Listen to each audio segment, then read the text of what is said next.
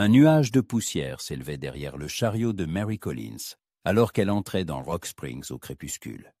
La petite ville l'accueillit dans le silence, troublée seulement par le grincement des enseignes dans le vent et l'aboiement d'un chien au coin d'une rue. Elle arrêta son cheval devant le bureau de poste et jeta un regard circulaire. La rue principale s'étendait entre des maisons en bois dotées de perrons, sur lesquels des hommes coiffés de chapeaux fumaient paresseusement la pipe. Les fenêtres illuminées du saloon Le Fer à cheval doré laissaient échapper un brouhaha de voix étouffées et le tintement des verres. Mary ajusta son bonnet et descendit du chariot. À 26 ans, elle était encore célibataire, ce qui était presque une honte dans les petites villes. Mais cela lui était égal. Après la mort de son père, elle avait hérité de son imprimerie à Saint-Louis et avait géré l'affaire avec succès pendant 3 ans, jusqu'à ce qu'elle reçoive une lettre de son oncle Edward. Il l'invitait à Rock Springs pour l'aider à publier le journal local. « Excusez-moi, comment puis-je me rendre chez Edward Collins ?» demanda-t-elle à un homme d'âge mûr qui sortait d'une boutique. « Hey, la nièce d'Ed » dit-il en soulevant son chapeau. « Je suis Thomas White, le propriétaire de la boutique. La maison d'Ed est au bout de la rue, la jaune aux volets verts. Mais il n'est pas là en ce moment. Il est parti à Denver pour affaires.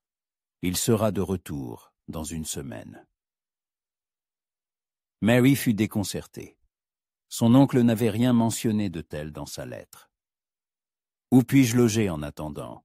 Nous avons un hôtel, mais... » Thomas se gratta la barbe. « Je crains qu'il ne convienne pas vraiment à une dame. Ce sont surtout des marchands de bétail et divers individus douteux qui y séjournent. Que me conseillez-vous alors ?» Thomas réfléchit un instant, puis son visage s'éclaira. « Vous savez quoi ? Adressez-vous à Sam Carson. Il a une grande maison et loue des chambres aux voyageurs. C'est un homme respectable, un veuf. Il vit avec sa fille, une fillette d'une 10aine d'années. Sa maison est là-bas, derrière l'église, la blanche au toit rouge. » Mary le remercia et se dirigea dans la direction indiquée. Une petite église en bois se dressait sur une légère éminence, et derrière elle, on apercevait une maison soignée, avec une véranda. Une lanterne allumée sur le perron jetait une douce lumière sur les marches en bois. Elle s'approcha de la porte et frappa. Des pas résonnèrent à l'intérieur, et la porte s'ouvrit. Devant elle se tenait un homme d'environ 35 ans, grand, large d'épaules, vêtu d'une chemise blanche aux manches retroussées. Ses cheveux sombres étaient légèrement grisonnants sur les tempes, et ses yeux gris la regardaient avec attention, mais d'une manière quelque peu distante. « Bonsoir, dit Mary. Je m'appelle Mary Collins, je suis la nièce d'Edward Collins. Monsieur White m'a dit que vous louiez des chambres. » Sam Carson la jaugea du regard, non pas avec insolence, mais comme pour déterminer s'il pouvait lui faire confiance. « Sam Carson, se présenta-t-il. Entrez, je vous en prie. » L'intérieur de la maison était accueillant et propre. Les planchers en bois brillaient, cirés avec soin, et de simples mais jolis paysages étaient accrochés au mur. Un feu crépitait dans la cheminée du salon, près de laquelle une fillette était assise dans un fauteuil, un livre à la main. « Emma vient dire bonjour », appela Sam. « Voici mademoiselle Collins, la nièce de monsieur Edward. » La fillette leva la tête. Elle avait les mêmes yeux gris que son père et des cheveux blonds tressés. « Bienvenue à Rock Springs, mademoiselle Collins, » dit-elle poliment en posant son livre. « Merci, Emma. Quel livre intéressant lis-tu ? Robinson Crusoe.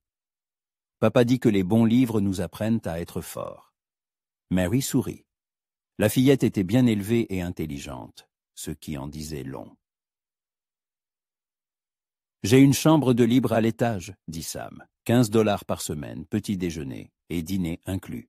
« Cela me convient, » accepta Mary. « Emma, montre la chambre à mademoiselle Collins, et moi, je vais l'aider avec ses bagages. » La chambre était petite, mais lumineuse, avec une fenêtre donnant sur une prairie derrière la maison. Un simple lit en bois, une commode, une chaise et une petite table près de la fenêtre. Tout était d'une propreté et d'un ordre impeccable. « C'est papa qui fait tout lui-même, » dit Emma en remarquant que Mary inspectait la pièce. Il sait cuisiner, faire le ménage et même coudre. C'est maman qui lui a appris avant de...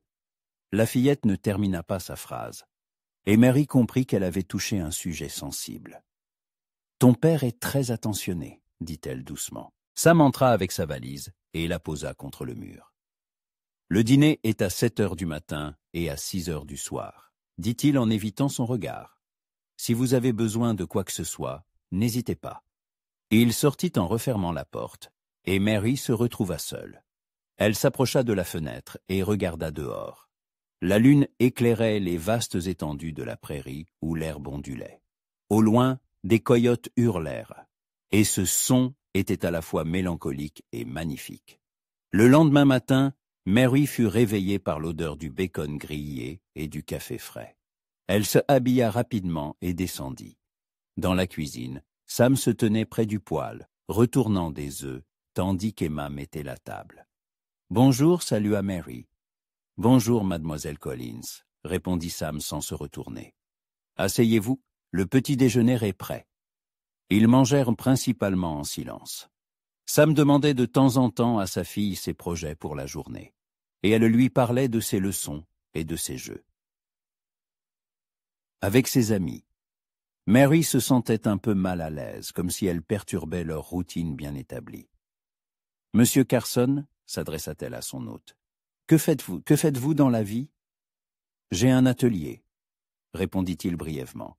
« Je fabrique des meubles, je répare des attelages. »« Papa est le meilleur menuisier de la région, » ajouta fièrement Emma. « Il m'a fait un magnifique lit de poupée. » Sam sourit légèrement à sa fille, et Mary remarqua comment son visage se transformait.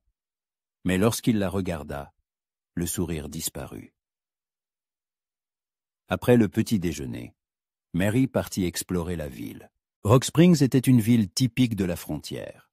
Des maisons en bois, des rues poussiéreuses, des enclos pour le bétail à la périphérie. Les gens y menaient une vie simple mais digne. Les hommes qui s'occupaient principalement de l'élevage ou du commerce, tandis que les femmes tenaient le foyer et élevaient les enfants. Elle entra dans l'imprimerie où elle devait travailler. Une petite pièce avec une presse, des étagères de papier et d'encre. Tout était couvert de poussière, signe que son oncle n'y était pas venu depuis longtemps. « Alors, vous êtes la nouvelle assistante d'aide ?» entendit-elle une voix dans son dos. En se retournant, Mary vit un homme âgé avec une barbe grise et des yeux bienveillants. « Révérend Michael O'Connor » se présenta-t-il. « Le prêtre local. Je suis heureux de voir que l'imprimerie va reprendre du service. La ville a besoin d'un journal. »« Mary Collins, que se passe-t-il avec mon oncle ?» Ed s'absente souvent ces derniers temps pour affaires.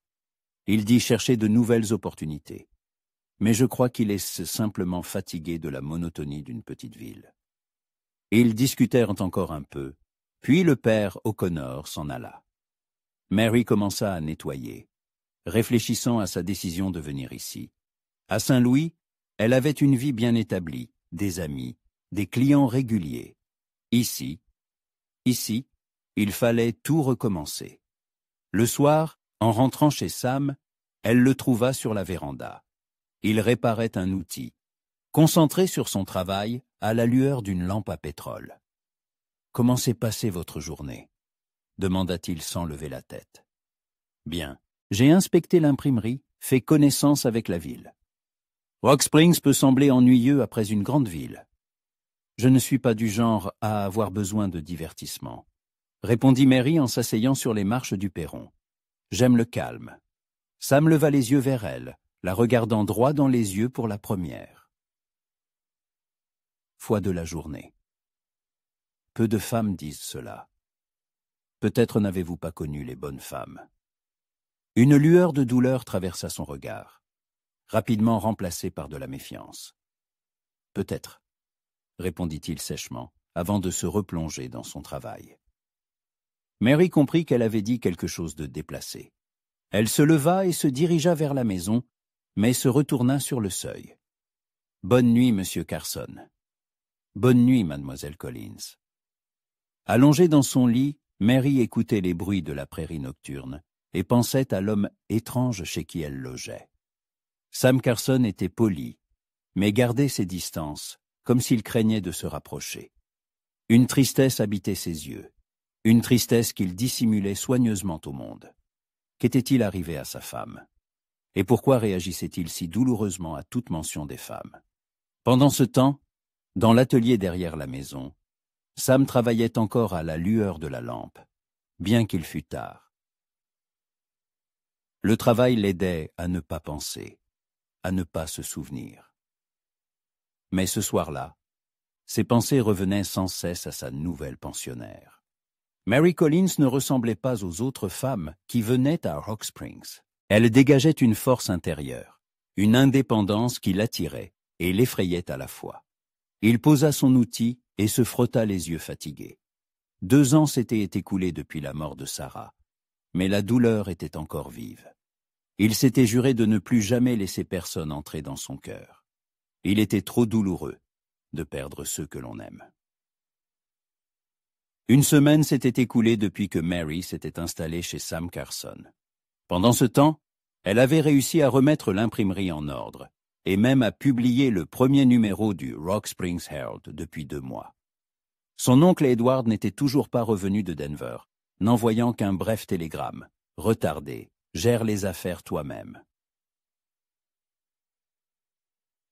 Chaque matin commençait de la même manière.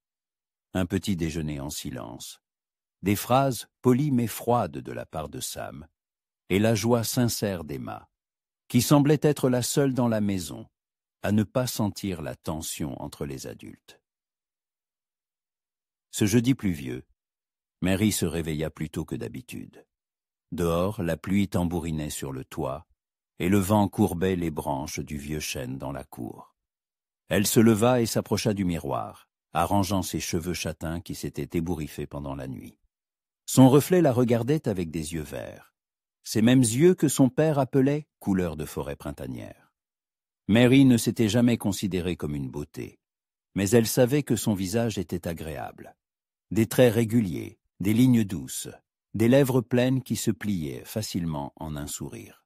Pourtant, ces derniers temps, elle souriait de moins en moins. En descendant à la cuisine, elle découvrit que Sam était déjà levé et préparait le petit déjeuner. Il lui tournait le dos, et elle ne put s'empêcher de remarquer à quel point la simple chemise à carreaux lui seyait bien, soulignant ses larges épaules. Ses cheveux étaient légèrement humides, signe qu'il s'était déjà lavé. « Bonjour », salua-t-elle en nouant son tablier. « Bonjour, mademoiselle Collins », répondit-il sans se retourner. « Le café est prêt. » Elle se versa une tasse de café parfumé et s'assit à table. La pluie s'intensifiait et la pièce était baignée d'une lumière grise. Emma dormait encore. Par un temps pareil, l'école serait probablement annulée. « On dirait une véritable tempête », remarqua Mary en regardant par la fenêtre. « Oui, ce genre de pluie arrive parfois ici. Ça peut durer plusieurs jours. » Sam posa devant elle une assiette d'œufs et de bacon, et elle remarqua avec quelle précaution il évitait tout contact fortuit. Même en servant l'assiette, il veillait à ce que leurs doigts ne se touchent pas. « Monsieur Carson, » commença-t-elle, décidée à briser enfin cette étrange distance. « Je voulais vous remercier pour votre hospitalité. Je sais que l'arrivée d'une pensionnaire a perturbé votre routine. » Et il s'assit en face d'elle avec sa propre assiette, mais son regard était fixé quelque part vers la fenêtre. « Vous payez pour votre séjour, mademoiselle Collins, il n'y a aucun inconvénient. Je me sens tout de même intrusive, surtout quand je vois à quel point vous vous tendez à mon arrivée. » Sam la regarda enfin. Une lueur de confusion traversa ses yeux gris. « Monsieur Carson, je ne sais pas ce qui s'est passé dans votre vie, et je n'ai pas l'intention de vous interroger. Mais je voudrais que vous sachiez que je ne suis pas le genre de femme qui cherche un mari à tout prix. » Il garda le silence, remuant lentement le sucre dans son café. « Je vous prie de m'excuser si je me suis montré impoli. C'est juste que je suis habitué à une certaine routine. Je comprends. J'ai aussi mes propres habitudes. » Un violent coup de tonnerre retentit, et la lumière de la lampe vacilla un instant. Emma dévala l'escalier en chemise de nuit, les cheveux en désordre. « Papa, j'ai peur !» s'écria-t-elle en se jetant dans les bras de son père. Sam serra sa fille contre lui, et son visage s'adoucit instantanément. Mary vit la tendresse qui emplissait ses yeux lorsqu'il regardait l'enfant. « N'aie pas peur, ma puce, ce n'est que la pluie. Et si la foudre frappait notre maison? Nous avons un paratonnerre, tu te souviens? Je t'ai montré la tige en métal sur le toit. » Emma hocha la tête, mais restait blottie contre son père. « Je peux prendre le petit déjeuner avec vous? D'habitude, je mange plus tard, mais je me suis réveillée tôt aujourd'hui. »« Bien sûr, ma chérie. Assieds-toi. Je vais te servir. » Mary observait la scène avec une douce émotion. Sam était à un père. Merveilleux, patient, aimant, attentionné. Quel genre de mari avait-il été? Et qu'était-il arrivé à sa femme? « Mademoiselle Collins, lui demanda Emma en s'installant à table. Est-ce que vous savez jouer aux échecs? Oui. Et toi? Papa m'a appris les bases, mais je ne joue pas encore très bien. Peut-être pourrions-nous jouer après le petit déjeuner, puisqu'il n'y a pas école aujourd'hui. Les yeux de la fillette s'illuminèrent. Vraiment? Papa, je peux? Sam regarda Mary avec gratitude. Bien sûr, si mademoiselle Collins est d'accord. Avec plaisir. Après le petit déjeuner, pendant que Sam partait à son atelier, Mary et Emma s'installèrent dans le salon avec l'échiquier. La fillette connaissait effectivement les règles, mais jouait encore avec hésitation. « Ton père joue bien ?» demanda Mary en lui expliquant pourquoi il ne fallait pas laisser le roi en prise. « Très bien. Maman disait que c'était l'homme le plus intelligent du monde. » Mary déplaça prudemment une de ses pièces, ne voulant pas interroger l'enfant trop directement. « Tu penses souvent à ta maman? » Tous les jours. Elle était très belle et très gentille. Elle avait les cheveux blonds comme moi, et elle faisait la meilleure tarte aux pommes de toute la région. Et ça fait longtemps qu'elle... 2 ans. Elle a attrapé la fièvre et n'a pas guéri. La voix de la fillette trembla, et Mary posa une main sur son épaule.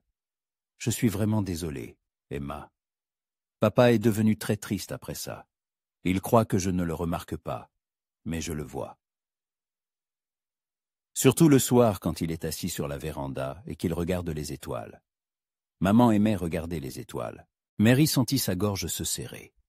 Voilà donc pourquoi Sam était si distant. Il portait encore le deuil de sa femme. Tu sais, Emma, le chagrin est une chose normale. Quand on perd ce qu'on aime, la douleur reste longtemps, mais ça ne veut pas dire qu'on doit se fermer au monde. Vous avez déjà perdu quelqu'un? Oui, mes parents. D'abord ma mère, quand j'avais 16 ans, puis mon père il y a 3 ans. Et ça vous a fait très mal? Très mal. Mais tu sais ce qui m'a aidé. Les souvenirs de ce qu'ils étaient de leur vivant. Ma mère riait tout le temps, et mon père m'a appris à ne pas avoir peur des difficultés. J'essaie de vivre de manière à ce qu'ils soient fiers de moi. Emma hocha la tête, pensive. Maman voulait que papa soit heureux. Elle l'a dit quand elle était malade. Mais il est toujours triste. À ce moment, la porte s'ouvrit et Sam entra. Ses cheveux étaient mouillés par la pluie et sa chemise était tachée de copeaux de bois. « Comment se passe la partie d'échecs » demanda-t-il en enlevant sa veste trempée. « Mademoiselle Collins joue très bien » s'exclama Emma. « Elle m'a expliqué comment protéger le roi. »« C'est une leçon importante » acquiesça Sam, son regard s'attardant un instant sur Mary. « Et on a aussi parlé de maman » ajouta la fillette. Le visage de Sam se crispa aussitôt. « Emma, il ne faut pas... »« Pourquoi, papa? Mademoiselle Collins comprend. Ses parents sont morts aussi. » Sam regarda Mary avec surprise et une nouvelle expression dans les yeux. « Pardonnez-moi, je ne savais pas. »« Ce n'est rien, monsieur Carson. Emma est une fille très courageuse. »« Courageuse ?» répéta Emma. « Oui. Le courage, ce n'est pas l'absence de douleur. C'est la capacité de continuer à vivre malgré elle. » Sam fixa Mary longuement, et elle remarqua un changement dans son regard. La méfiance était toujours là, mais quelque chose d'autre était apparu, peut-être du respect. La pluie n'est pas près de s'arrêter, dit-il enfin. Je pense qu'il vaut mieux ne pas sortir aujourd'hui. Alors on peut encore jouer, se réjouit Emma. Si mademoiselle Collins est d'accord. D'accord. Mais avant, pourriez-vous m'aider avec la presse d'imprimerie? Elle a commencé à mal fonctionner. Bien sûr. J'y jetterai un œil après le déjeuner. Mary sourit, et Sam lui rendit son sourire. Pour la première fois de la semaine. C'était un sourire à peine perceptible, mais sincère. La pluie tambourina sur le toit toute la journée, comme pour les couper du monde extérieur. Et pour la première fois, Mary sentit qu'elle commençait à comprendre cet homme complexe et réservé. Sous sa politesse froide se cachait la douleur, la solitude et la peur de perdre à nouveau quelqu'un. Et Sam, en réparant la presse.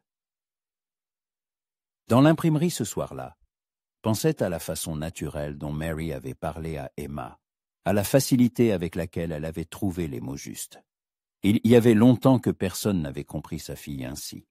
Et il y avait longtemps qu'il ne s'était pas senti aussi en paix en présence d'une femme.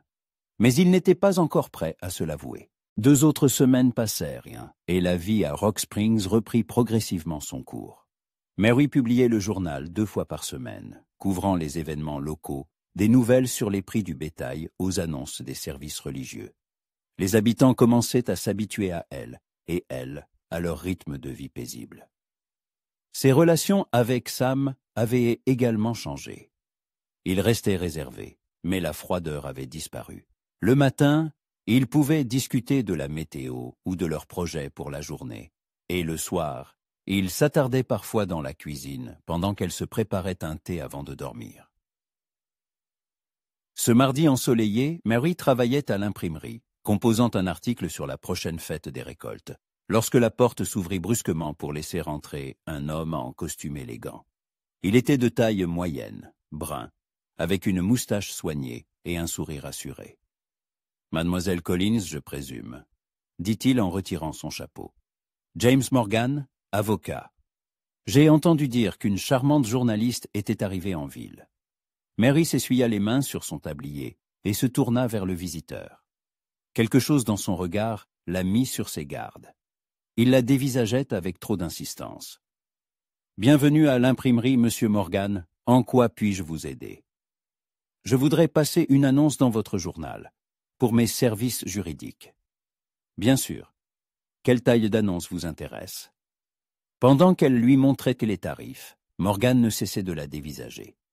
Mary se sentait mal à l'aise sous son regard, qui avait quelque chose de possessif. « Vous savez, Mademoiselle Collins, dit-il une fois l'affaire conclue, je pense qu'une femme aussi instruite que vous doit s'ennuyer dans notre coin perdu.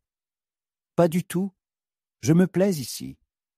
Mais vous êtes sûrement habitué à une société plus raffinée. Peut-être accepteriez-vous de m'accompagner pour dîner un de ces soirs. Il y a un bon restaurant dans la ville voisine. Je vous remercie de l'invitation, mais je préfère ne pas mélanger les relations professionnelles et personnelles. » Morgan sourit, mais une lueur d'irritation passa dans ses yeux. Dommage, mais je ne suis pas du genre à abandonner facilement. Après son départ, Mary se sentit mal à l'aise pendant un long moment. Les manières de l'avocat lui rappelaient des clients désagréables de Saint-Louis, des hommes qui pensaient que l'argent leur donnait tous les droits. Le soir, en rentrant, elle trouva Sam dans la cuisine.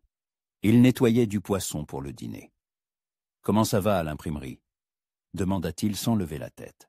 « Bien. Mais aujourd'hui, j'ai rencontré l'avocat local, James Morgan. » Les mains de Sam s'immobilisèrent un instant. « Morgan est venu vous voir ?»« Oui, pour une annonce. Vous le connaissez ?»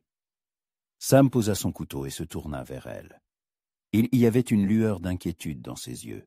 « Je le connais. Il est arrivé en ville il y a 6 mois, a acheté une maison sur la rue principale. On dit qu'il a des relations importantes dans la capitale de l'État. Et qu'y a-t-il de mal à ça? Rien, si ça s'arrêtait là. Mais Morgan est un homme insistant, surtout avec les femmes. » Mary s'assit à table, étudiant le visage de Sam. C'était la première fois depuis leur rencontre qu'il lui parlait aussi franchement. « Il m'a invité à dîner. J'ai refusé. c'est une bonne chose. » Sam reprit son couteau, mais ses gestes étaient tendus. « Soyez simplement prudente avec lui. »« Monsieur Carson, » dit doucement Mary, « vous vous inquiétez pour moi ?» Il leva les yeux vers elle, et son regard contenait une multitude d'émotions. De l'inquiétude, de la confusion, et quelque chose d'autre qu'il ne comprenait peut-être pas lui-même. « Je m'inquiète pour toutes les personnes honnêtes de cette ville, » répondit-il finalement. Mais Mary entendit dans sa voix ce qu'il n'avait pas dit à voix haute. Le lendemain, alors qu'elle travaillait à l'imprimerie, la porte s'ouvrit de nouveau. Sur le seuil se tenait une jeune femme vêtue d'une robe simple mais propre. « Excusez-moi de vous déranger, » dit-elle. « Je suis Laura Miller. J'ai entendu dire que vous cherchiez une assistante. »« Entrez » l'invita Mary, bien qu'elle n'ait pas l'intention d'embaucher qui que ce soit. « Je m'appelle Mary Collins. » Laura avait environ 22 ans, des cheveux châtains et des yeux fatigués. Ses mains portaient les marques d'un travail pénible. « Je sais lire et écrire, » poursuivit-elle. « J'ai été à l'école jusqu'à 16 ans. En ce moment, je travaille à la blanchisserie, mais j'aimerais trouver quelque chose de plus convenable. Et pourquoi pensez-vous que j'ai besoin d'une assistante ?» Laura baissa les yeux. « Pour être honnête, c'est Monsieur Morgan qui m'a dit que vous aviez trop de travail pour une seule personne. Il a proposé de me recommander. » Mary fronça les sourcils. « Pourquoi l'avocat se mêlait-il de ses affaires? Et que vous a-t-il dit sur moi? Que vous êtes une femme instruite d'une grande ville, mais que vous pourriez avoir besoin de l'aide d'une habitante locale. Quelqu'un qui connaît les coutumes d'ici. » Cela devenait de plus en plus intéressant. Mary regarda attentivement la jeune femme. « Laura, que pensez-vous de Monsieur Morgan ?» La jeune femme tressaillit et jeta un regard rapide vers la porte. « Je ne peux pas parler de ces choses-là. Il n'y a personne d'autre que nous, et je vous promets que notre conversation restera entre nous. » Laura garda le silence un instant, puis dit à voix basse. « Il a essayé de me faire la cour quand il est arrivé. Il n'acceptait pas les refus. Puis il a appris que j'avais un fiancé et il a laissé tomber. Mais après ça, j'ai eu du mal à trouver du travail. Comme si quelqu'un dissuadait les gens de m'embaucher. Et vous pensez que c'est lui? Je ne sais pas. C'est peut-être juste une coïncidence. » Mary réfléchit. Elle pourrait en effet avoir besoin d'aide, surtout si elle comptait développer le journal. Et la jeune femme lui plaisait. Honnête, travailleuse. « D'accord, Laura, essayons de travailler ensemble. 5 $ par semaine, 2 jours par semaine. Ça vous convient ?» Le visage de Laura s'illumina. « Plus que convenable. Merci, mademoiselle Collins. » Après le départ de la jeune femme, Mary réfléchit longuement à leur conversation. James Morgan n'était manifestement pas celui qu'il paraissait. Et pourquoi s'intéressait-il autant à ses affaires? Le soir, elle décida de se promener en ville. Le soleil se couchait à l'horizon, peignant le ciel de teintes orangées et roses. La rue principale était calme, la plupart des habitants dînant chez eux. En passant devant le saloon, elle entendit des voix fortes. À travers les portes battantes, on voyait des hommes jouer aux cartes et un comptoir rempli de bouteilles. Rien d'inhabituel. Pour un tel endroit, mais une voix la fit s'arrêter. Cette journaliste pense qu'elle peut faire la loi ici, mais je vais lui montrer qui est le maître dans cette ville. C'était la voix de Morgan. Mary s'approcha prudemment, restant dans l'ombre. « Allons, Jim, lui répondit quelqu'un. Elle ne dérange personne. Elle fait juste son travail. »« Elle me dérange, moi, » répliqua sèchement Morgan. « Je n'ai pas l'habitude qu'on me refuse quoi que ce soit, surtout pas des étrangères. »« Et qu'est-ce que tu comptes faire ?»« On verra. Peut-être que mademoiselle Collins comprendra qu'il est plus avantageux de coopérer avec moi que de s'opposer à moi. » La voix de l'avocat contenait une menace qui fit frissonner Mary. Elle rentra rapidement chez elle, réfléchissant à ce qu'elle venait d'entendre. La maison de Sam l'accueillit avec la lumière chaude de ses fenêtres. Une lanterne était allumée sur la véranda et une odeur de pain frais s'échappait de la cuisine. Dans ces moments-là, cet endroit ressemblait vraiment à un foyer. Sam était assis à table avec un livre. tandis qu'Emma dessinait sur une feuille de papier. « Bienvenue à la maison », dit-il en levant les yeux de son livre. Le mot « maison » résonna chaleureusement dans le cœur de Mary. Il y avait longtemps qu'elle ne s'était pas sentie ainsi, protégée, attendue. « Merci. Comment s'est passée votre journée ?»« Comme d'habitude, et la vôtre ?» Elle voulut lui parler de sa conversation avec Laura et de ce qu'elle avait entendu au saloon, mais elle changea d'avis. Pourquoi les inquiéter avec ses problèmes? Bien aussi, j'ai engagé une assistante. C'est une bonne décision, dit Sam. Vous avez en effet beaucoup de travail. Emma leva la tête de son dessin. Mademoiselle Collins, regardez ce que j'ai dessiné. Sur la feuille était représentée une maison. Leur maison, avec la véranda et le grand chêne dans la cour. Et à côté de la maison se tenaient 3 silhouettes, un homme, une femme et une fillette. « C'est nous », annonça fièrement Emma.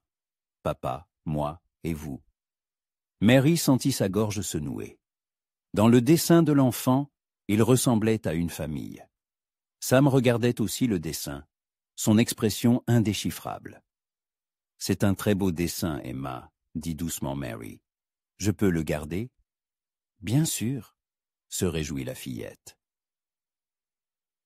Plus tard, quand Emma fut couchée, Mary et Sam restèrent dans la cuisine. Ils faisaient la vaisselle et elle essuyait. « Sam, » dit-elle, l'appelant pour la première fois par son prénom, « puis-je vous poser une question personnelle ?» Il s'immobilisa, une assiette à la main. « Vous pouvez essayer. Pensez-vous parfois à vous remarier ?» L'assiette lui glissa des mains et tomba dans l'évier avec un bruit sec. « Pourquoi demandez-vous ça ?» Sa voix était devenue froide. « Simplement, Emma a besoin d'une mère, et vous, d'une femme. Emma m'a, moi, et je n'ai besoin de personne. » Il s'essuya les mains sur un torchon et se dirigea vers la porte. « Sam, attendez. » Il s'arrêta sans se retourner. « Je ne veux être le substitut de personne, » dit doucement Mary. « Mais parfois, la vie nous apporte quelque chose de nouveau. Ni meilleur ni pire que ce qui a précédé. Simplement différent. » Sam se retourna. Des émotions contradictoires se lisaient dans ses yeux. « Mary. » Commença-t-il, puis il secoua la tête. « Bonne nuit. » Après son départ, Mary resta longtemps dans la cuisine, regardant le dessin d'Emma. 3 silhouettes près d'une maison. Une famille qui n'existait pas dans la réalité, mais qui vivait dans le cœur d'un enfant. Et, pour être honnête, qui vivait de plus en plus dans son propre cœur aussi. Le lendemain matin, Mary fut réveillée par des bruits d'agitation dans la cour. En regardant par la fenêtre, elle vit Sam charger des planches et des outils dans un chariot. Emma tournait autour de lui, visiblement contrariée. S'habillant rapidement, Mary descendit. Sur la table de la cuisine, son petit déjeuner l'attendait, accompagné d'un mot. Parti pour une commande urgente, de retour dans 3 jours. Veillez sur Emma, si cela ne vous dérange pas. S. Papa est parti, dit tristement Emma lorsque Mary sortit dans la cour, chez le fermier Johnson. Sa grange s'est effondrée après la tempête d'hier. Et il t'a laissé avec moi, sourit. Mary, ça veut dire qu'il me fait confiance. Ça ne vous dérange pas? Je sais préparer des repas simples et je ne vous gênerai pas dans votre travail. Mary s'assit à côté de la fillette sur les marches du perron. Emma, je serais ravi de passer du temps avec toi. Peut-être même que je t'emmènerai à l'imprimerie pour te montrer comment on fait un journal. Les yeux de la fillette s'illuminèrent. Vraiment? Je pourrais toucher les caractères d'imprimerie? Bien sûr. Après le petit déjeuner, elles partirent ensemble et en ville. Emma examina avec curiosité la presse, les rangées bien ordonnées de lettres en métal, les piles de papier blanc. « Comment tout cela fonctionne-t-il » demanda-t-elle en touchant délicatement une lettre. « Regarde » dit Mary en prenant quelques lettres et en commençant à composer un mot. D'abord, on compose le texte, lettre par lettre. C'est un travail très minutieux. Ensuite, on encre les lettres et on presse le papier dessus. Je peux essayer de... composer mon nom. Bien sûr. Elles furent si absorbées par leur travail qu'elles ne virent pas le temps passer jusqu'à midi. Emma se révéla être une élève douée, attentive et soignée. « Mademoiselle Collins, dit-elle alors qu'elle finissait de composer son nom, pourquoi papa était-il si triste après votre conversation d'hier ?» Mary se figea. La fillette avait donc tout remarqué. « Nous avons parlé de choses compliquées, Emma. Parfois, les adultes ne comprennent pas tout de suite leurs sentiments. Est-ce que ce que vous plaisez à papa ?» La question était si directe que Mary fut décontenancée. « Pourquoi penses-tu ça? Il ne vous regarde pas comme les autres gens. Et quand M. Morgan est venu chez nous l'autre jour, quand vous n'étiez pas là, papa était très en colère. »« Morgan est venu chez vous ?»« Oui. Il posait des questions sur vous. Où vous travailliez avant? Si vous aviez de la famille, si vous comptiez rester longtemps en ville. » Papa a répondu que ça ne le regardait pas, et lui a demandé de ne plus nous déranger. Mary sentit une vague d'inquiétude. L'avocat s'intéressait décidément de trop près à sa vie. « Emma, si M. Morgan revient quand ton père n'est pas là, ne lui ouvre pas la porte. D'accord. D'accord. Il est méchant? Je ne sais pas. Mais il vaut mieux être prudente. » Après le déjeuner, elles allèrent à la boutique pour faire des courses. Mary voulait préparer quelque chose de spécial pour le dîner. Après tout, Emma lui était confiée. À la boutique, elles rencontrèrent Madame White, la femme du commerçant, une femme corpulente aux yeux bienveillants. « Oh, mademoiselle Collins, comment allez-vous? Et Emma est avec vous. Où est donc ton papa, ma chérie? »« Il est parti réparer la grange de Monsieur Johnson, » répondit la fillette. « Ah, je vois. Alors c'est vous, mademoiselle Collins, qui veillez sur elle. C'est très gentil. Vous savez, en ville, on dit que... Que dit-on? » Exactement, demanda prudemment Mary. Madame White baissa la voix et se pencha vers elle. Que Sam Carson commence enfin à revivre. Pendant 2 ans, il n'était que l'ombre de lui-même. Il travaillait, s'occupait d'Emma, mais il niait. Il n'y avait plus de vie en lui. Et maintenant, les voisins remarquent qu'il lui arrive même de siffloter le matin. Mary sentit le rouge lui monter aux joues. « Nous sommes justes. Je ne fais que louer une chambre chez lui. »« Bien sûr, ma chère, bien sûr. Mais vous savez, certaines choses se voient à l'œil nu. Sam est un homme bon. Il s'est juste caché de la vie trop longtemps. » Le soir, en préparant le dîner dans la cuisine de Sam, Mary repensait aux paroles de Madame White. Était-il vrai que son comportement avait changé? Ou n'était-ce que des commérages de petite ville? « Mademoiselle Collins, » s'approcha Emma. « Je peux vous montrer la chambre de maman ?» Mary se figea. Depuis qu'elle vivait dans la maison, ce sujet n'avait jamais été abordé. « Ton père ne sera pas contre? Il ne m'a jamais interdit d'y aller. C'est juste lui qui n'y entre pas. » Elles montèrent au 2e étage. Au bout du couloir se trouvait une porte que Mary n'avait jamais vue ouverte. Emma tourna la poignée et elles entrèrent. La chambre était décorée avec un goût féminin. Des rideaux légers, des meubles élégants, une coiffeuse avec un miroir. Des photos de famille étaient accrochées au mur, et sur la commode se trouvaient des flacons de parfum et des bijoux.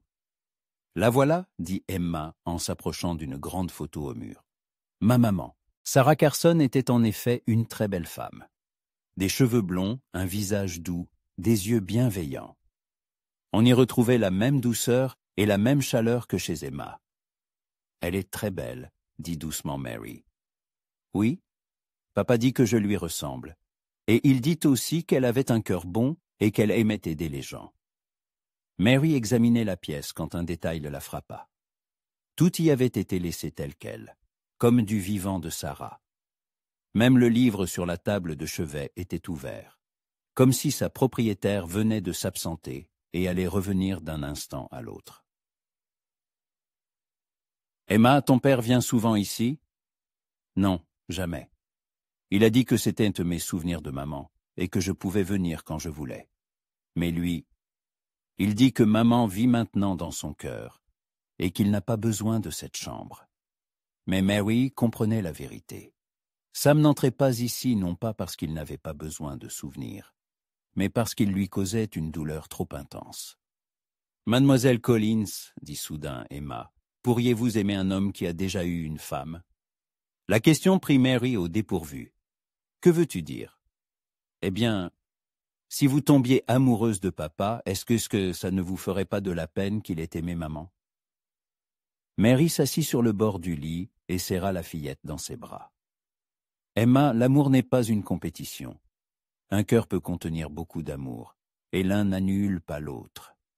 Si une telle chose arrivait, le souvenir de ta mère serait sacré pour moi, parce que c'est elle qui a fait de ton père l'homme qu'il est.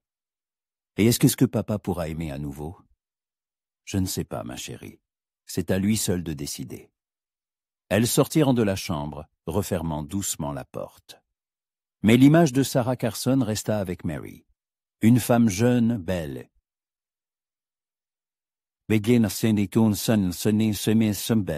Aimée, partie trop tôt. Comment rivaliser avec un tel souvenir?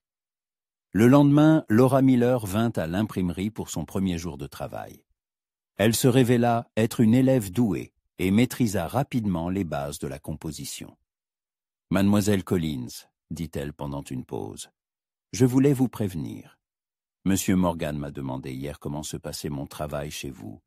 Et aussi, il m'a offert le double de mon salaire si je lui racontais ce que vous faisiez. Et qu'avez-vous répondu? Que je n'avais pas l'intention d'espionner des gens honnêtes, mais j'ai peur qu'il trouve quelqu'un d'autre. » Mary hocha la tête. La situation devenait de plus en plus inquiétante. « Laura, que savez-vous du passé de Monsieur Morgan? D'où vient-il? » « On dit qu'il vient de Chicago. Il y aurait eu des ennuis avec la justice, mais personne ne connaît les détails. En revanche, tout le monde sait qu'il est riche et qu'il a des relations au gouvernement de l'État. Et que fait-il dans une si petite ville que la nôtre? Selon les rumeurs, il achète des terres. Il rachète à bas prix les parcelles des fermiers endettés. Et ensuite, il les revend à de grandes compagnies. Cela expliquait beaucoup de choses. Morgan n'était pas seulement un admirateur insistant, il menait des affaires sérieuses. Et son journal pouvait le gêner s'il commençait à enquêter sur ses transactions. Le soir, alors qu'elle dînait avec Emma à la maison, la fillette demanda soudain « Mademoiselle Collins, est-ce que papa vous manque ?» Mary réfléchit. Oui, il lui manquait. Sa présence lui manquait. Leur brève téléconversation. La façon dont il la regardait par-dessus sa tasse de café le matin. « Il me manque, » répondit-elle honnêtement. « À moi aussi. La maison est si vide sans lui. » Emma avait raison. La maison semblait effectivement vide sans Sam, et Mary réalisa pour la première fois à quel point cet homme silencieux et réservé était devenu important pour elle. La nuit, allongée dans son lit, elle écoutait les bruits de la prairie et pensait à Sarah Carson. Quelle femme avait-elle été? De quoi rêvait-elle? Comment aimait-elle son mari? Et surtout, y avait-il une place dans le cœur de Sam pour un nouvel amour? Ou resterait-il à jamais le tombeau du passé?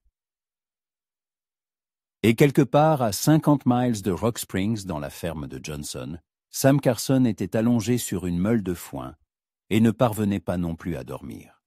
Il pensait à sa maison, à sa fille, et réalisait avec surprise qu'il pensait à Mary Collins, à son sourire, à la façon dont elle parlait à Emma, à la manière si naturelle dont elle s'était intégrée à leur vie. Et cela l'effrayait, parce que la dernière fois qu'il avait ressenti quelque chose de semblable, c'était 10 ans plus tôt, lorsqu'il avait rencontré Sarah. Et perdre 2 fois dans sa vie la personne que l'on aime était au-dessus de ses forces. Mais le cœur n'obéissait pas à la raison. Et plus il était loin de chez lui, plus le désir de revenir grandissait. Non seulement pour sa fille, mais aussi pour la femme qui lui rappelait de plus en plus ce que signifiait être en vie. Sam rentra le soir du 3e jour, alors que le soleil disparaissait déjà à l'horizon. Mary entendit le bruit familier des roues du chariot et regarda par la fenêtre. Son cœur s'accéléra. Elle ne s'attendait pas à ressentir une telle joie à son retour. Emma courut dans la cour et se jeta dans les bras de son père, à peine eut-il sauté du chariot. « Papa, tu es de retour! On a fait tellement de choses avec mademoiselle Collins. » Sam serra sa fillette dans ses bras, et son regard par-dessus la tête de l'enfant croisa celui de Mary, qui se tenait sur le perron. Il y avait quelque chose de nouveau dans ce regard, de la gratitude, de la chaleur, et autre chose encore qui lui coupa le souffle. « Comment ça va, ma puce ?» demanda-t-il à Emma, mais ses yeux étaient fixés sur Mary. « Super! Mademoiselle Collins m'a appris à composer des lettres à l'imprimerie. On a cuisiné ensemble, et elle m'a parlé des grandes villes. C'est merveilleux. » Il détourna enfin son regard de Mary pour le poser sur sa fille. « Et tu as été sage ?»« Bien sûr. N'est-ce pas, mademoiselle Collins ? Emma a été une aide précieuse, » dit Mary en descendant du perron. « Bienvenue à la maison, Sam. Encore son prénom et non le formel Monsieur Carson. Et encore ce mot, maison. Merci d'avoir veillé sur elle, » dit-il en déchargeant le chariot. « J'espère qu'elle ne vous a pas causé de soucis. » « Aucun souci, au contraire, sa compagnie m'a été très agréable. » Ils l'aidèrent à ranger les outils et les planches dans l'atelier. Emma racontait sans cesse les jours passés, tandis que Mary marchait en silence à côté d'eux, sentant que quelque chose avait changé entre eux. Sam ne se montrait plus distant. Une douceur qu'il n'avait pas auparavant s'était installée dans son comportement. Au dîner, Emma continuait de partager ses impressions. « Et mademoiselle Collins m'a aussi montré la chambre de maman, » dit-elle comme si de rien n'était. Sam se figea, sa cuillère de soupe à mi-chemin de sa bouche. « Elle t'a montré la chambre de maman ?» Il n'y avait pas de colère dans sa voix, seulement de la surprise. « Oui, » répondit calmement Mary. « Emma voulait me parler de sa mère. J'espère que vous n'y voyez pas d'inconvénient. » Il posa lentement sa cuillère et la regarda. « Non, pas d'inconvénient. C'est juste que je n'y suis pas entré moi-même depuis que... » « Je comprends, » dit doucement Mary.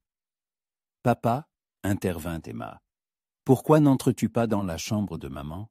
Il y a ses photos et ses affaires. » Sam soupira et caressa la tête de sa fille. « Parfois, les souvenirs font mal, ma puce.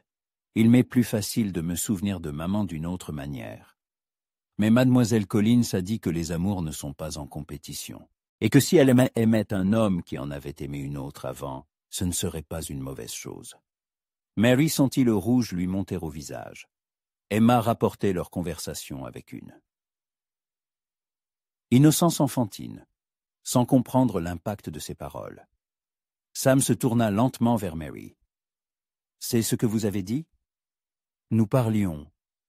En général, » balbutia-t-elle. Emma posait des questions sur les relations entre les gens.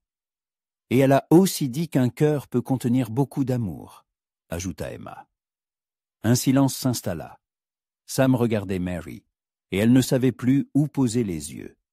La situation devenait insupportablement gênante. « Emma, va te préparer pour dormir, » dit enfin Sam. « Demain, il y a école. » « Mais papa, vas-y ma chérie. » Quand la fillette fut partie, ils restèrent seuls dans la cuisine. Mary commença à débarrasser la table, tandis que Sam restait assis en silence, réfléchissant à ce qu'il venait d'entendre. « Mary, » dit-il finalement. Elle s'arrêta, les assiettes à la main. « Oui ? Ce que vous avez dit à Emma sur l'amour, le pensez-vous vraiment ?» Elle posa les assiettes dans l'évier et se tourna vers lui. « Oui, je le pense. L'amour pour une personne décédée et l'amour pour une personne vivante sont des choses différentes. L'un n'annule pas l'autre. Et si la personne vivante ne peut pas oublier celle qui est morte, alors il faut du temps et de la patience et comprendre qu'il n'est pas nécessaire d'oublier. » Il se leva de table et s'approcha de la fenêtre. Sarah était... Elle était tout pour moi. Quand elle est partie, j'ai cru mourir avec elle. La seule chose qui me retenait, c'était Emma. Mary s'approcha et se tint à côté de lui. Était-elle heureuse avec vous? Oui. Du moins, je l'espère. Alors elle aurait voulu que vous soyez heureux à nouveau. Il se tourna vers elle. À la lueur de la lampe à pétrole, son visage paraissait fatigué. Mais quelque chose de vivant brillait dans ses yeux. Mary, je ne sais pas comment cela peut arriver à nouveau. Je ne sais pas si j'en ai le droit. Son cœur se mit à battre si fort qu'elle crut qu'il pouvait l'entendre. Le droit à quoi, Sam? À ressentir ce que je ressens pour vous. Les mots que restèrent en suspens entre eux. Mary plongea son regard dans ses yeux gris et y vit une lutte entre le passé et le présent, entre la douleur et l'espoir. « Et que ressentez-vous » demanda-t-elle doucement. Il leva la main et lui toucha délicatement la joue. « Je sens que je revis, et c'est à la fois merveilleux et terrifiant. » Pourquoi terrifiant? Parce que je ne sais pas comment aimer deux femmes à la fois, une vivante et une morte. Mary posa sa main sur la sienne. « Vous ne les aimez pas de là. » Même manière, Sam. Sarah, vous l'aimez comme un souvenir, comme une partie de vous qui restera à jamais. Et moi? Et vous, je vous aime comme le présent, comme le futur, comme une chance d'être à nouveau heureux. Il se pencha vers elle, et elle ferma les yeux, s'attendant à un baiser. Mais il ne fit que presser son front contre le sien. « J'ai peur, Mary. J'ai peur de perdre à nouveau la personne que j'aime. Personne ne sait ce que demain apportera, » murmura-t-elle. Mais renoncer au bonheur par peur, ce n'est pas vivre. Il s'écarta et la regarda. « Donnez-moi du temps. Je dois faire le point avec moi-même. »« Tout le temps qu'il vous faudra, » dit-elle. « Je ne suis pas pressée. » Le lendemain matin, l'atmosphère de la maison avait changé. Entre Mary et Sam, il n'y avait plus de politesse tendue, mais une compréhension prudente. Ils ne parlèrent pas de ce qui s'était passé la veille, mais tous deux sentaient cette nouvelle proximité. À l'imprimerie, Mary travaillait avec un enthousiasme particulier. Laura remarqua sa bonne humeur. « Quelque chose s'est passé, mademoiselle Collins? Vous rayonnez aujourd'hui. »« C'est juste une belle journée, » répondit évasivement Mary. Mais la joie fut de courte durée. Vers midi, James Morgan entra dans l'imprimerie. Cette fois, il n'était pas seul. Un homme inconnu en costume coûteux l'accompagnait. « Mademoiselle Collins, » dit Morgan en retirant son chapeau. « Permettez-moi de vous présenter mon partenaire d'affaires, Monsieur Elwood, de la capitale de l'État. » Elwood était un homme d'âge mûr aux traits durs et aux yeux froids. Il balaya l'imprimerie d'un regard évaluateur. « Monsieur Morgan m'a parlé de votre journal, dit-il, une entreprise intéressante pour une si petite ville. »« En quoi puis-je vous aider, messieurs ?» demanda Mary, s'efforçant de rester professionnelle. « Nous avons une proposition, » dit Morgan. « Monsieur Elwood représente une grande maison d'édition. Nous sommes prêts à acheter votre journal pour une somme très généreuse. »« Le journal n'est pas à vendre, » répondit fermement Mary. « Ne vous pressez pas de refuser, » intervint Elwood. « Nous offrons $5 000. C'est 10 fois plus que la valeur de votre équipement. »« Je le répète, il n'est pas à vendre. » Morgan et Elwood échangèrent un regard. « Mademoiselle Collins, » dit Morgan d'un ton mielleux, « vous êtes une femme raisonnable. Pourquoi vous acharner à un travail pénible dans ce coin perdu, quand vous pourriez retourner à la civilisation avec un capital respectable? Ma décision est définitive. »« Dommage, » soupira Elwood, « très dommage. »« Mais vous pourriez changer d'avis en apprenant que votre oncle nous a vendu le bâtiment de l'imprimerie. » Mary sentit le sol se dérober sous ses pieds. « Qu'avez-vous dit ?» Morgan sortit des documents de sa poche. « Edward Collins nous a vendu ce bâtiment il y a 3 jours. Voici l'acte de vente, certifié par un notaire à Denver. Vous avez 1 semaine pour libérer les lieux. » Mary prit les documents, les mains tremblantes. La signature de son oncle était authentique, les sceaux aussi. Mais il n'en avait pas le droit. Il m'avait dit que l'imprimerie était à moi. « Vous avez peut-être mal compris quelque chose, » ricana Elwood. « Mais la loi est la loi. Le bâtiment est à nous. » Cependant, ajouta Morgan, notre offre d'achat du journal tient toujours. Nous sommes prêts à vous louer les locaux à des conditions raisonnables, si vous acceptez de coopérer. Quelle coopération? C'est simple. Vous ne publiez que ce que nous approuvons. Pas d'enquête sur les affaires locales, pas d'articles sur les transactions foncières. Juste des nouvelles générales et des annonces. Mary comprit leur manège. Ils voulaient contrôler l'information en ville, pour mener leurs sombres affaires sans entrave. Jamais, dit-elle. Alors au revoir, mademoiselle Collins, lança froidement Elwood. Une semaine, c'est une semaine. Après leur départ, Mary s'effondra sur une chaise. Laura s'approcha d'elle avec compassion. « Qu'allons-nous faire maintenant ?»« Je ne sais pas, » répondit honnêtement Mary. « Je ne sais vraiment pas. » Le soir, elle raconta à Sam ce qui s'était passé. Il l'écouta en silence, son visage s'assombrissant à chaque mot.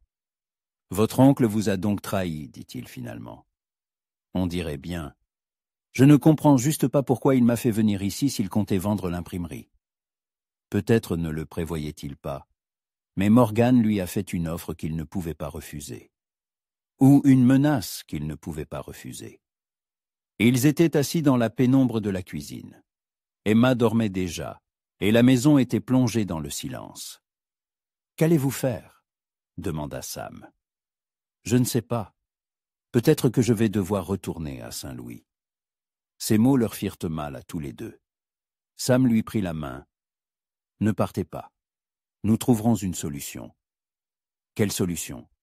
Je n'ai pas d'argent pour louer un autre local, et je ne travaillerai pas sous la dictée de Morgan. Alors ne travaillez pas pour lui, travaillez pour vous-même. De quoi parlez-vous ? » Sam se leva et se mit à arpenter la cuisine. « J'ai mon atelier. Il est grand, bien éclairé. On peut en aménager une partie en imprimerie. Sam, je ne peux pas accepter une telle aide. Pourquoi pas ? Emma et moi voulons que vous restiez. Je le veux. » Il y avait une telle détermination, une telle sincérité dans sa voix, que son cœur se serra. Et si Morgan nous met des bâtons dans les roues? Qu'il essaye. Les gens de cette ville sont honnêtes, et ne se laisseront pas intimider. Mary le regarda. Cet homme fort et bon, prêt à la défendre contre toutes les adversités. Et elle comprit qu'elle l'aimait. Pas comme un substitut à un amour passé, mais comme quelque chose de complètement nouveau et merveilleux. « Sam, dit-elle doucement. « Oui, je reste. » Il s'approcha d'elle, lui prit les mains et la fit se lever. « Alors, ensemble, nous surmonterons toutes les difficultés. » Et cette fois, lorsqu'il se pencha vers elle, rien n'entrava leur premier baiser. Il fut tendre et prudent, plein de promesses et d'espoir pour l'avenir. Pendant ce temps, quelque part dans une grande maison sur la rue principale, James Morgan et son partenaire échafaudèrent des plans pour se débarrasser définitivement de cette journaliste gênante. Ils ignoraient que des gens amoureux sont capables de ce que personne d'autre ne peut faire, se battre pour leur bonheur. Les jours suivants se déroulèrent dans une préparation fébrile. Sam, avec sa rigueur habituelle, aménagea une partie de son atelier en imprimerie, tandis que Mary et Laura transportaient le matériel. Emma aidait comme elle le pouvait, ravie que mademoiselle Collins travaille désormais tout près de la maison. « Papa, dit-elle un soir, alors qu'ils étaient tous les trois assis sur la véranda, est-ce que mademoiselle Collins restera toujours avec nous ?» Sam et Mary échangèrent un regard. Une incroyable proximité s'était installée entre eux ces derniers jours, mais ils n'avaient pas encore parlé ouvertement de l'avenir. « Mademoiselle Collins reste à Rock Springs, » répondit prudemment Sam. « Pour la suite, nous en discuterons. »« J'espère que la suite sera heureuse, » sourit Mary en caressant la tête de la fillette. Mais leur tranquillité fut troublée le 4e jour. Le matin, le chariot du shérif s'arrêta devant la maison. Tom Bradley, le gardien de l'ordre local, était un homme honnête mais peu décidé. « Sam, mademoiselle Collins, » dit-il en retirant son chapeau, « j'ai de mauvaises nouvelles. Une plainte a été déposée contre vous pour utilisation d'un bâtiment résidentiel à des fins commerciales sans autorisation. » « Une plainte de qui » demanda Sam, bien que la réponse fût évidente. « De Monsieur Morgan. Il prétend que c'est une violation des règlements de la ville. »« Tom, dit patiemment Sam, tu sais bien que la moitié de la ville travaille à domicile. Madame Harris vend ses tartes. Le vieux Murphy répare des bottes dans sa grange. »« Je sais. » Mais il n'y a pas de plainte contre eux. Alors qu'ici, il y en a une. Et la loi m'oblige à enquêter. Mary comprit qu'ils étaient acculés. Morgan utilisait tous les moyens à sa disposition pour leur nuire. « Shérif Bradley, dit-elle, que faut-il pour obtenir cette autorisation ? Déposer une demande au conseil municipal, payer une taxe et attendre la décision. Cela prend généralement plusieurs semaines. Et qui siège au conseil municipal ? Tom se balança maladroitement d'un pied sur l'autre. Le maire Wilson, le commerçant White, le fermier Johnson, le docteur Smith et... Monsieur Morgan, bien sûr. Mary eut un sourire amer. Morgan s'était arrangé pour contrôler toutes les instances officielles. « Tom, dit Sam, donne-nous une semaine. Nous déposerons la demande et ferons tout dans les règles. »« D'accord, une semaine soit, mais après qu'il faudra fermer l'imprimerie jusqu'à l'obtention de l'autorisation. » Après le départ du shérif, ils restèrent tous les trois assis. Silence sur la véranda. La situation semblait désespérée. « Il nous a eus, dit doucement Mary. Morgan avait tout prévu. « Tout n'est pas encore perdu, objecta Sam. Nous avons une semaine. » Pourquoi faire ? 4 voix sur 5 au conseil seront contre nous. Peut-être. Ou peut-être que les gens de cette ville ne se laissent pas si facilement intimider que le pense Morgan. Le soir, un visiteur inattendu se présenta, le révérend O'Connor. Le vieux prêtre semblait inquiet. « Sam, mademoiselle Collins, dit-il, j'ai entendu parler de vos ennuis. Je voulais vous prévenir. Morgan a fait le tour des fermes aujourd'hui, parlant aux fermiers. Il propose des accords avantageux à ceux qui le soutiendront au conseil. Il soudoie des témoins, constata sombrement Sam. On dirait bien, mais vous savez, tous n'ont pas cédé. Le fermier Johnson, par exemple, l'a envoyé au diable. Il a dit que mademoiselle Collins est une personne honnête et qu'il faut soutenir les gens honnêtes. Mary sentit une lueur d'espoir. Et les autres ? Le maire Wilson hésite. Le docteur Smith semble de votre côté. Mais Thomas White, j'ai peur que Morgan ait trouvé quelque chose contre lui. Après le départ du prêtre, Mary et Sam restèrent longtemps à discuter dans la cuisine. « Vous savez, dit Mary, peut-être aurais-je dû accepter l'offre de Morgan, prendre l'argent et partir. » Sam se tourna brusquement vers elle. « Vous êtes sérieuse ? Regardez dans quoi je vous ai entraîné, à cause de moi. Vous pourriez avoir des ennuis avec les autorités. »« Mary, dit-il en lui prenant les mains, je ne suis pas le genre d'homme à reculer à la première difficulté, ni à laisser intimider les gens que j'aime. »« Que vous aimez ?» répéta-t-elle, sentant son cœur s'arrêter. « Oui, je vous aime, et je ne laisserai pas un quelconque vaurien détruire notre bonheur. » Elle plongea son regard dans ses yeux gris, et y vit une détermination qui lui donnait de la force. « Alors nous nous battrons, dit-elle, ensemble. » La réunion du conseil municipal fut fixée au vendredi. Toute la semaine, Mary et Sam s'y préparèrent comme pour un procès. Ils recueillirent des signatures de soutien, parlèrent aux personnes influentes, cherchèrent des alliés. À leur grande surprise, le soutien fut plus large que prévu. De nombreux habitants en avaient assez des méthodes de Morgan et étaient prêts à lui tenir tête. Madame White, la femme du commerçant, dit sans détour à son mari, « Thomas, si tu votes contre cette charmante jeune femme, tu te prépareras ton dîner toi-même jusqu'à la fin de tes jours. » Le vieux fermier Johnson vint voir Sam en personne.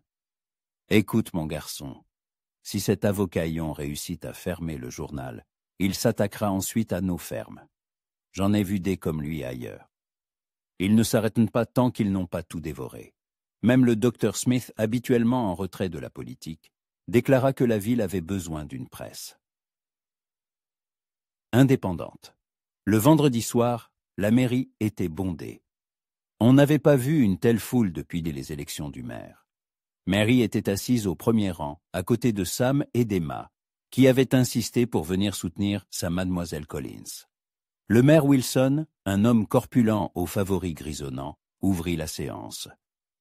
Nous examinons donc la demande de mademoiselle Mary Collins pour l'obtention d'une autorisation d'exercer une activité d'édition à l'adresse. Il lut l'adresse de l'atelier de Sam. Monsieur le maire, se leva Morgan, avant de voter. J'aimerais attirer l'attention du Conseil sur certaines circonstances. Nous vous écoutons, monsieur Morgan. Mademoiselle Collins est arrivée récemment dans notre ville. Nous ne connaissons ni son passé, ni ses intentions. De plus, elle a déjà enfreint les règlements en commençant à travailler sans autorisation. C'est faux, se leva Mary. Je travaillais dans l'imprimerie de mon oncle, et lorsque vous l'avez acheté, j'ai déplacé le matériel. Néanmoins, la loi a été enfreinte, dit froidement Morgan, et les gens qui ne respectent pas la loi ne méritent pas notre confiance. Le fermier Johnson se leva. Et que dites-vous de la loi, monsieur Morgan, quand vous rachetez des fermes endettées à la moitié de leur valeur? Cela n'a rien à voir avec le sujet, trancha l'avocat. Bien sûr que si, cria quelqu'un dans la salle. Vous voulez faire taire le journal pour que personne n'écrive sur vos sales affaires. Un brouhaha s'éleva dans la salle. Le maire frappa de son marteau, appelant à l'ordre. Citoyens, je vous prie de respecter la procédure. Sam se leva. Monsieur le maire, puis-je dire quelques mots? Bien sûr, monsieur Carson. Sam s'avança au centre de la salle. Sa calme assurance eut plus d'effet sur l'Assemblée que tous les appels à l'ordre. Je connais mademoiselle Collins depuis plusieurs mois, commença-t-il. Elle vit chez moi, et je peux me porter garant de son honnêteté. C'est une femme qui n'a pas peur de dire la vérité, même si cette vérité dérange des personnes influentes. Très touchant, ironisa Morgan. Mais les sympathies personnelles ne doivent pas influencer les décisions du Conseil. Vous avez raison, acquiesça Sam. Elles ne le doivent pas. Parlons donc de l'affaire. Notre ville a besoin d'un journal. Pas d'un porte-voix pour les intérêts de certains, mais d'une source d'information honnête. Mademoiselle Collins peut nous l'assurer. Ou peut-être pas, objecta Morgan. Comment savoir si demain elle ne commencera pas à publier des calomnies sur des citoyens respectables? Parce que je ne publie pas de calomnies, se leva Mary. Je publie des faits. Et si ces faits dérangent quelqu'un, peut-être devrait-il réfléchir à son comportement plutôt qu'à la manière de faire taire un journal. Morgan devint pourpre. C'est de l'insolence, vous insinuez. Je n'insinue rien, le coupa calmement Mary. Je dis clairement, les gens honnêtes n'ont rien à craindre d'une presse honnête. Des applaudissements retentirent. Le maire frappa de nouveau de son marteau. Bien, passons au vote. Qui est pour accorder à mademoiselle Collins l'autorisation d'exercer son activité d'édition? Le docteur Smith leva la main le premier. Puis, le fermier Johnson. Thomas White hésita, jetant un coup d'œil à sa femme dans la salle, puis leva aussi la main. 3 voix pour. Morgan contre. La voix décisive était celle du maire. Wilson garda un long silence, examinant les visages dans la salle. Puis il leva lentement la main. 4 voix pour, 1 contre. L'autorisation est accordée. La salle explosa en applaudissements. Emma serra Mary dans ses bras, qui sentit des larmes de joie brouiller sa vue. Morgan se leva et se dirigea vers la sortie, mais se retourna sur le seuil. « Ce n'est pas fini, mademoiselle Collins. Croyez-moi, ce n'est que le début. » Ces paroles sonnaient comme une menace, mais Mary n'eut pas peur. À ses côtés se trouvaient Sam et Emma, et toute la salle était remplie de gens prêts à la soutenir. 1 mois plus tard, le Rock Springs Herald paraissait régulièrement et jouissait d'une grande popularité non seulement en ville, mais aussi dans les localités voisines. Mary écrivait sur la vie de la frontière, avec honnêteté et chaleur, sans cacher les difficultés, mais en soulignant la force d'âme des habitants. Morgan et son partenaire quittèrent brusquement la ville, apprenant que le procureur de l'État s'intéressait à leurs transactions foncières. On raconta que quelqu'un avait transmis aux autorités des informations détaillées sur leur malversation. Par une douce soirée de septembre, Sam et Maggie et Mary étaient assis sur la véranda, regardant Emma jouer dans la cour avec les enfants du voisinage. « Vous savez, » dit Sam, « il y a longtemps que je ne m'étais pas senti aussi heureux. »« Moi non plus, » avoua Mary. « Parfois, j'ai l'impression que tout cela est un rêve. » Ce n'est pas un rêve. Il lui prit la main. « Mary, je veux vous demander quelque chose. » Quelque chose dans son ton la mit en alerte. « Quoi donc ?» Il se leva de son fauteuil et s'agenouilla devant elle. De sa poche, il sortit une petite boîte en velours. « Mary Collins, voulez-vous m'épouser ?»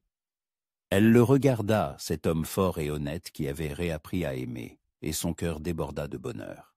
« Oui, » murmura-t-elle. « Bien sûr que oui. » Emma, voyant qu'il se passait quelque chose d'important, accourut. « Mademoiselle Collins va devenir ma maman ?» demanda-t-elle avec espoir. « Si elle le veut bien, » sourit Sam. « Je le veux, » dit Mary en serrant la fillette dans ses bras. Plus que tout, ils se marièrent 2 mois plus tard, dans la petite église de Rock Springs. Toute la ville assista au mariage, souhaitant le bonheur aux jeunes mariés. Même l'oncle Edward vint de Denver pour demander pardon à sa nièce, expliquant qu'il avait vendu l'imprimerie sous la pression des dettes, sans connaître les plans de Morgan. Le jour du mariage, alors qu'ils échangèrent leurs alliances, Mary regarda dans la salle et vit Emma au premier rang. La fillette rayonnait de bonheur, et dans ce sourire se lisaient l'acceptation, l'amour et l'espoir en l'avenir. Après la cérémonie, alors que les invités se dispersaient et que les mariés restaient sur le perron de l'église, Sam dit soudain « Sarah aurait été heureuse. » « Comment le savez-vous » ?